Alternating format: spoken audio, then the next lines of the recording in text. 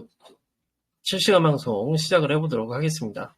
자, 다들 반갑습니다. 9월 22일인데 이제 월 말까지 한 주 정도가 남았네요. 우선은 한 주 안의 이슈를 조금 정리를 해보면은 저번 주를 생각해보면은 사실 추석 연휴 때문에 많은 부분들이 개장을 안 했습니다. 그럼에도 불구하고 개장 이후에 금리 인하에 대한 50bp 인하로 인해서 시장에는 긍정적인 흐름을 보여주고 있고, 더군다나 바이오와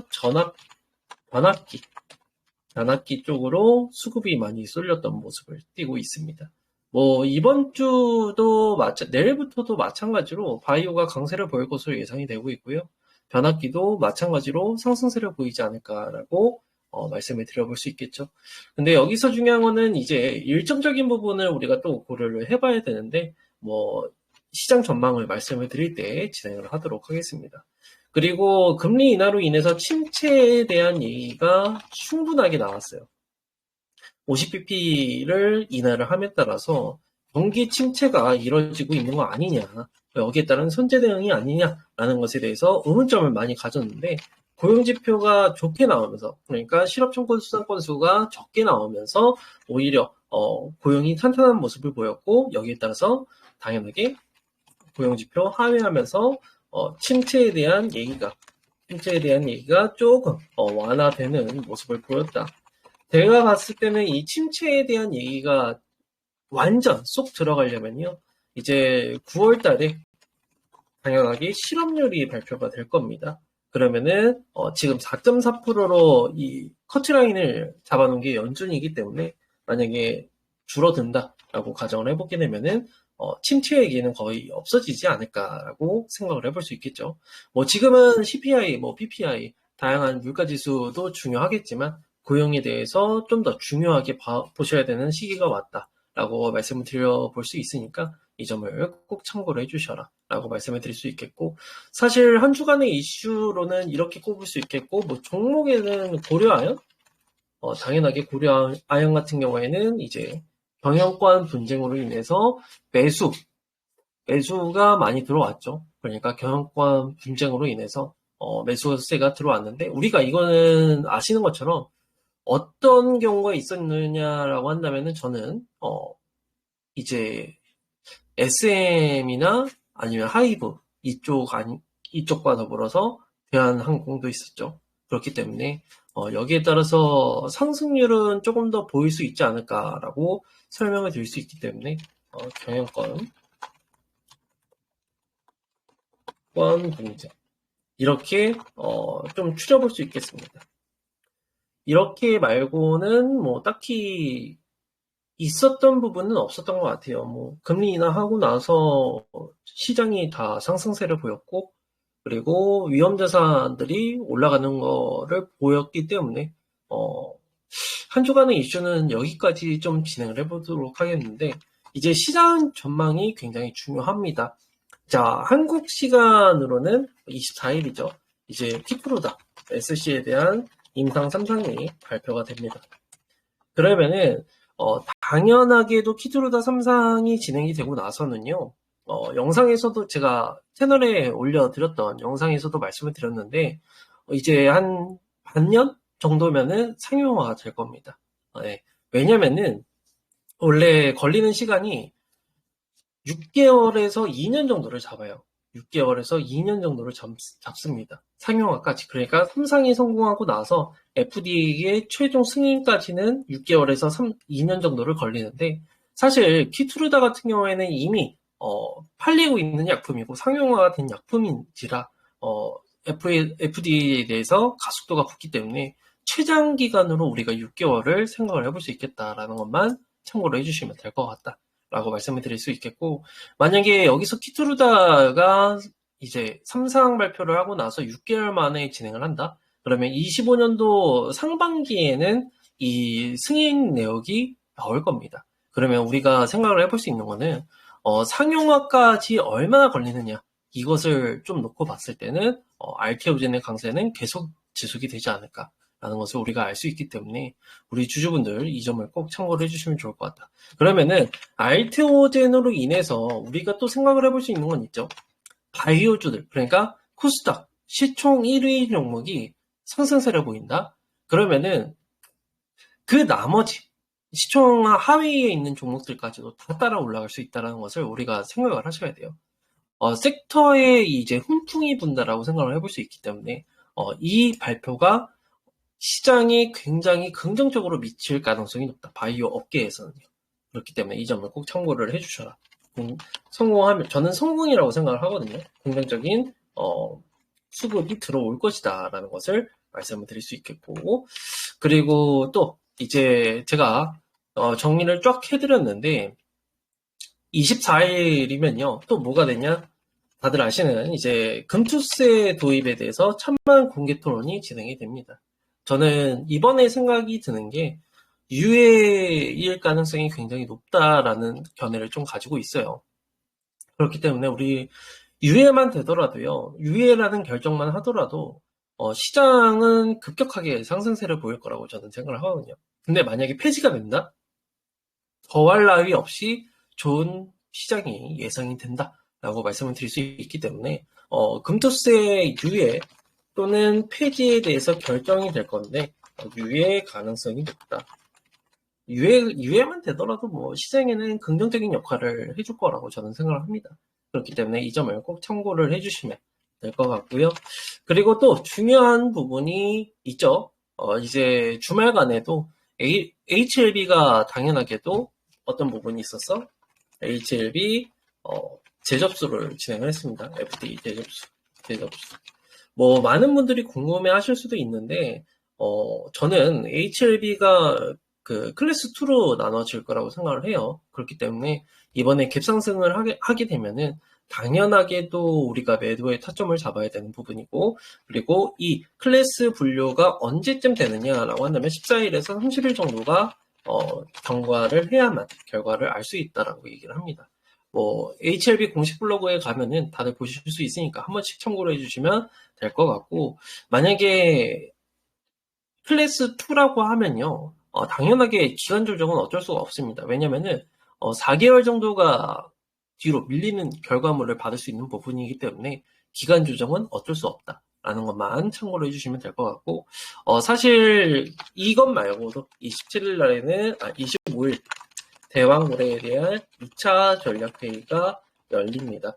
그렇기 때문에 2차 전략회의에서 세부적인 내용들을 공개를 하게 될 경우에는 당연하게 성장세, 그러니까 상승세를 보여줄 수 있겠고, 대왕거래에 대해서 뭐 한국가스공사, 포스코 인터내셔널 가장 실질적인 수혜가 예상이 되고 있기 때문에 그 두 종목을 조금 조정이 오게 된다라고 했을 때는 우리가 바라보셔야 된다라고 말씀을 드릴 수 있겠죠. 그리고 27일 날에는 또 뭐가 있어? 이제 미국이 전기차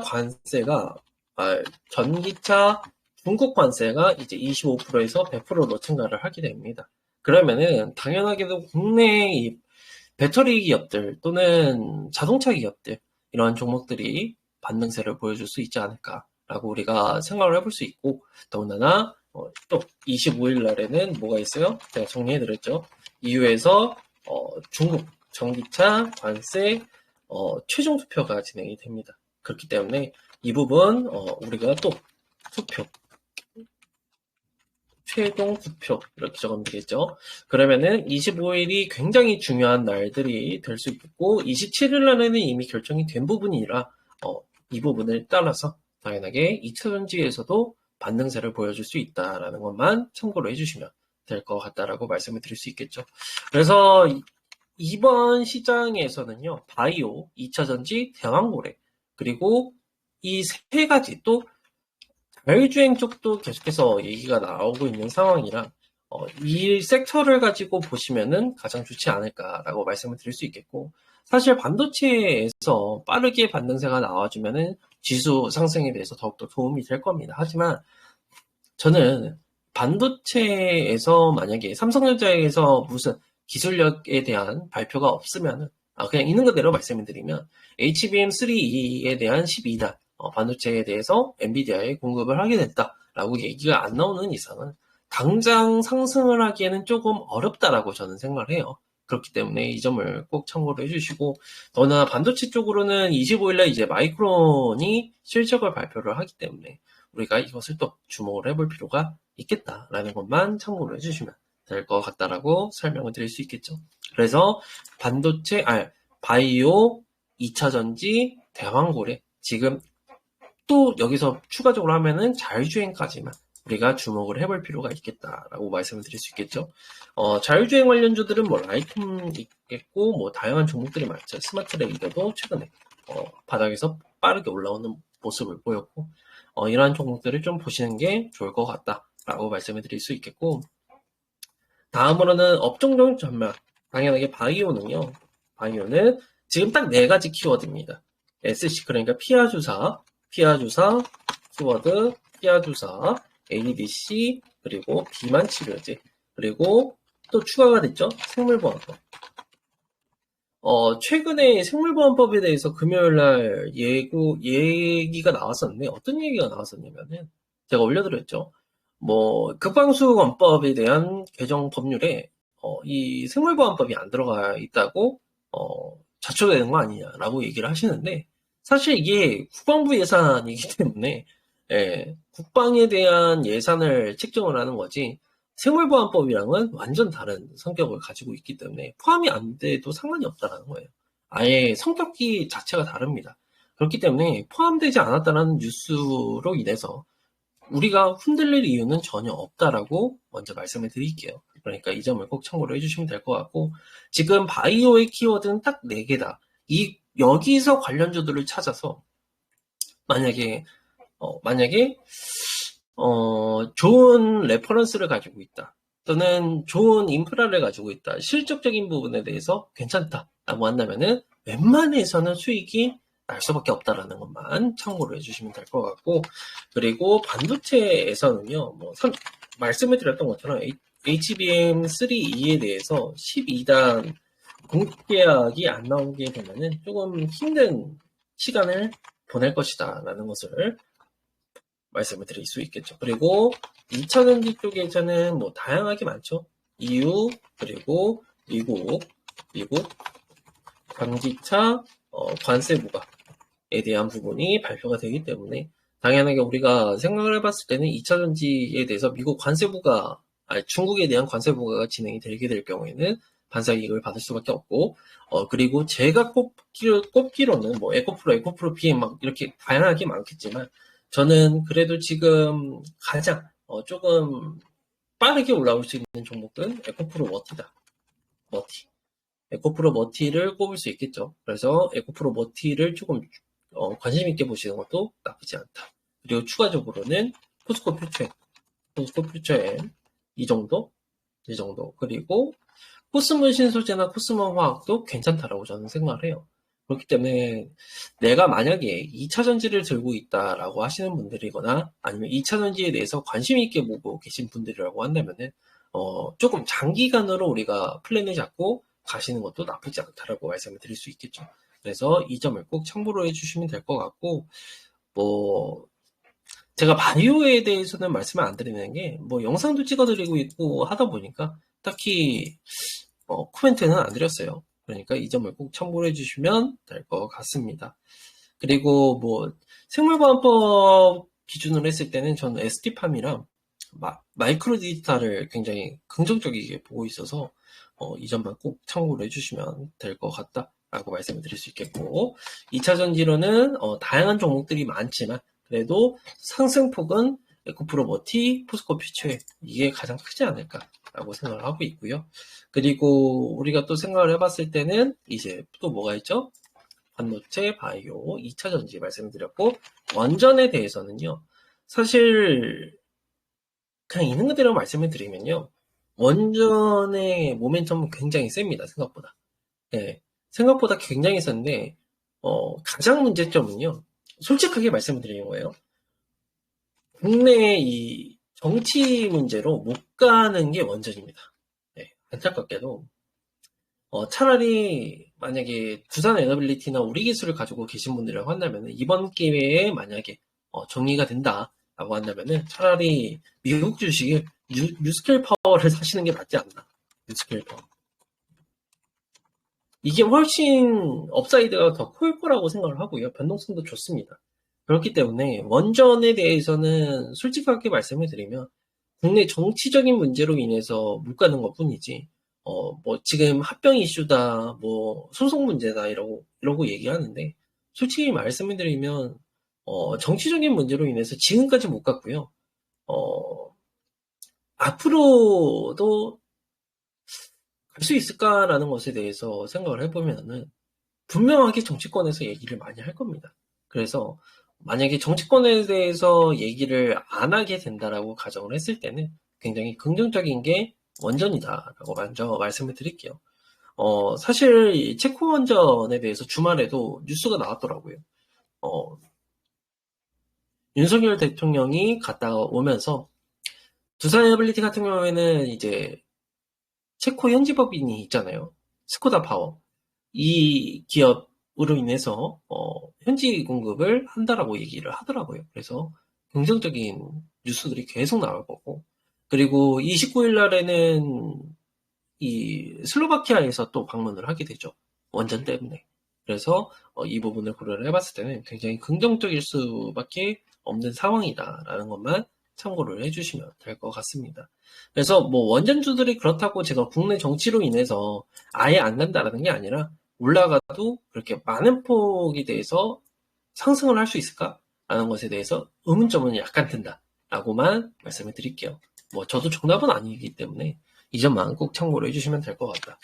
그리고 대왕거래는요. 대왕거래는 솔직하게 말씀을 드리면요. 저는 무조건 해야 된다라고 생각해요.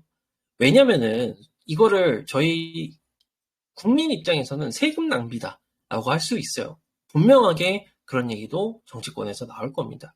하지만 저는 대왕거래를 해야 되는 이유가, 자, 생각을 해보자고요.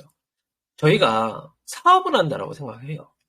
사업을 한다라고 가정을 해봤을 때, 터트리면 만약에 이게 확률은 20%지만 해봤을 때 나온다? 그러면 대박 나는 겁니다. 제가 알기로는 한국 그 가스랑 원유를 수입을 하는 데만 있어서 거의 100조를 쓰는 걸로 알고 있거든요. 1년간 예산이. 근데 이게 석유는 뭐 한 2년, 3년이라고 하고, 가스 같은 경우에는 뭐 30년 이렇게 얘기를 해버리니까, 대략적으로 생각을 해보더라도 3년, 그러니까 한 300조는 아낄 수 있는 거예요. 최소한 300조 정도는 아낄 수 있는 겁니다. 그러면 우리가 이걸 안 할 이유가 있겠냐고요. 자, 그래. 돈은 많이 들어. 지금 한 개의 시추당 2.5조가 들어간다라고 얘기합니다. 그래, 한 개다. 많이 높여봐야 2.5조인데, 이거 5개 해봐요. 125조, 12.5조입니다, 여러분. 100조를, 한 300조를 이득을 볼 수 있는 거를 12조 투자해서 한다? 해볼만 하지 않습니까, 여러분들? 그렇기 때문에 저는 무조건 해야 된다라고 생각을 하고 있고요. 지금 어찌됐든 저찌됐든, 강행을 하는 것으로 알고 있기 때문에, 만약에 되면은, 저는 이처럼 국익에 정말 도움되는 게 이러한 부분이 아닐까라고 생각을 해볼 수 있어서 대왕고래는 굉장히 긍정적이게 보고 있다라고만 말씀을 좀 드릴게요.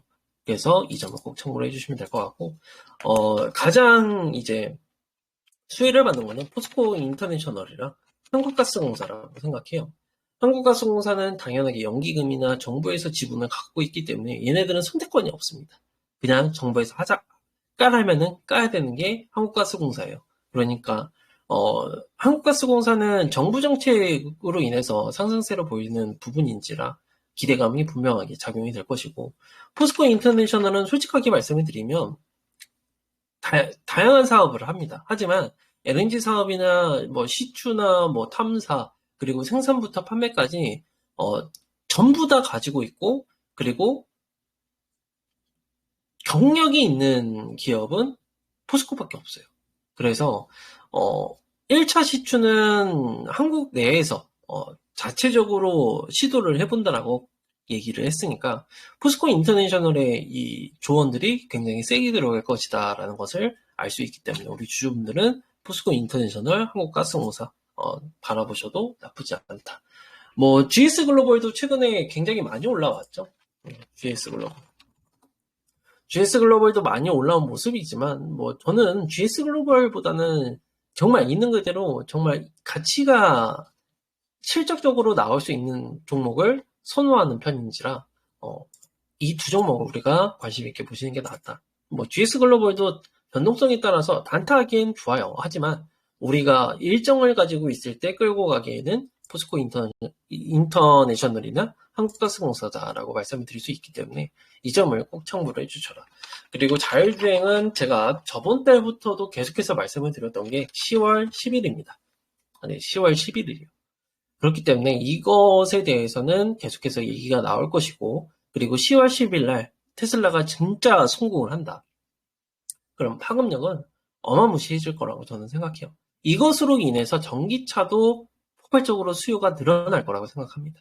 자, 우선은 제가 생각하고 있는 그림이 어떤 그림이냐면은 테슬라로 인해서 자율주행이 성공한다라고 쳐요.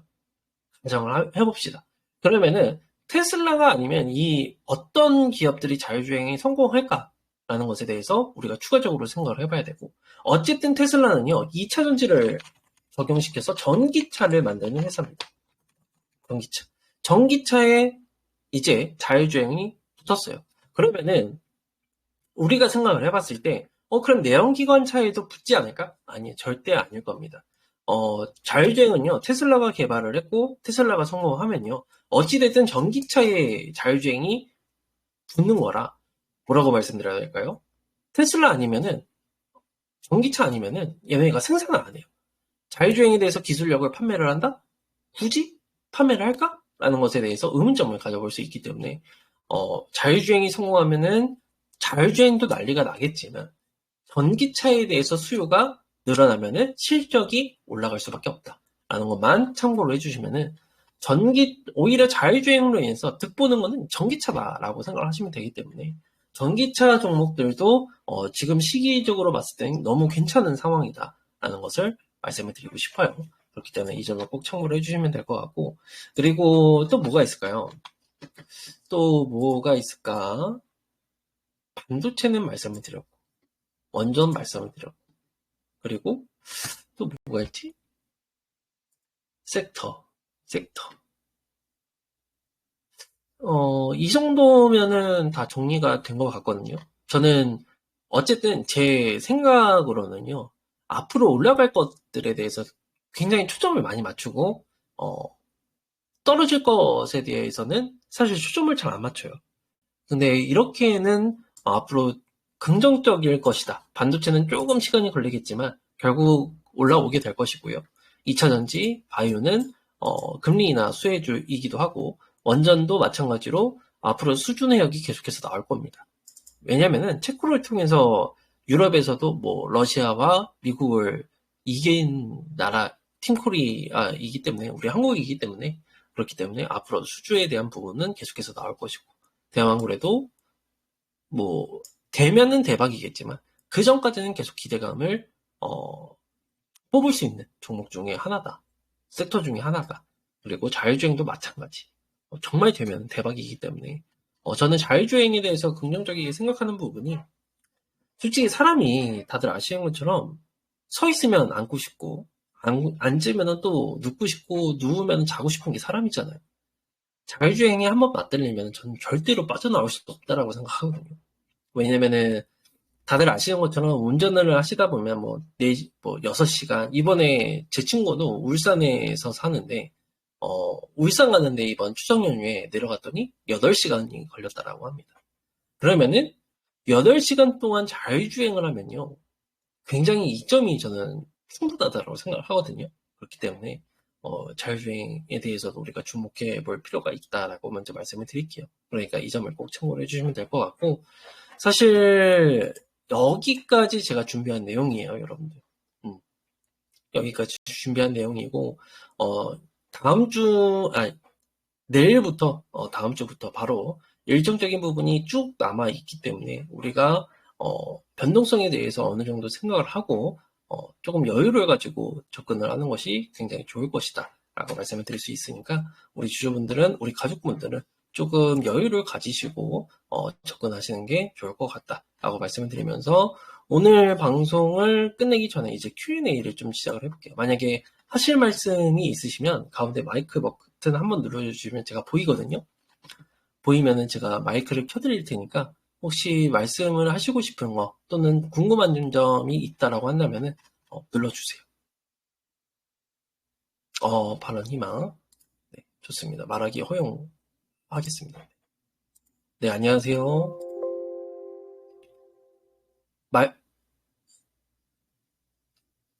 여보세요? 안녕하세요. 네, 안녕하세요. 매주 이렇게 소개해 주셔서 감사합니다. 아유, 아닙니다. 혹시 궁금하신 점이 어떤 점인지 말씀해 주실 수 있으실까요? 이렇게 지금 그 대장주로 가는 세터들 이야기해 주시니까 그런 점들이 네네. 좋네요. 아유, 뭐, 여러분들에게 도움이 될 수 있다면 항상 해야죠, 뭐. 감사합니다. 어쨌든. 아닙니다. 아유, 이렇게 해주셔서 너무 감사하고, 저번에 저에게 서로 소통할 수 있는 방안을 저도 찾아봤거든요. 예. 네, 근데 이게 또 요새 카톡으로 하면은 주식 얘기만 해도 정지가 된다고 하더라고요. 예.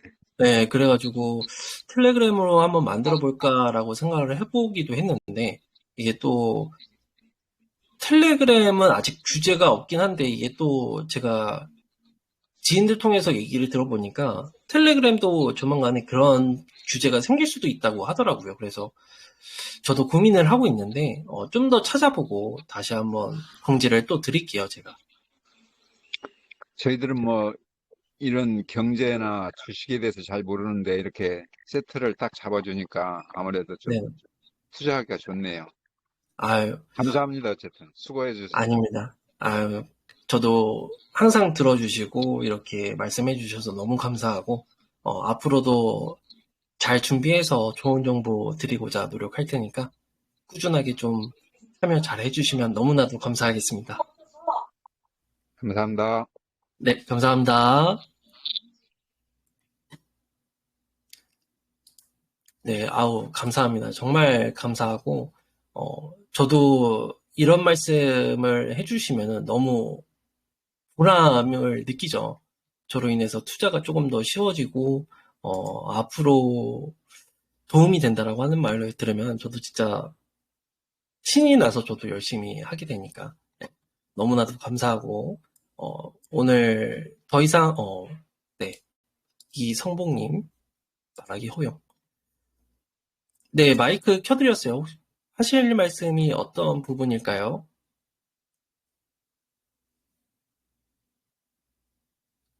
이성봉님?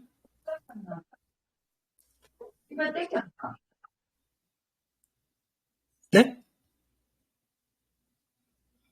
마이크를 끄셨네요. 그럴 수 있죠. 뭐. 그러면은 오늘 방송은 여기까지 좀 마무리를 해보도록 하겠고요.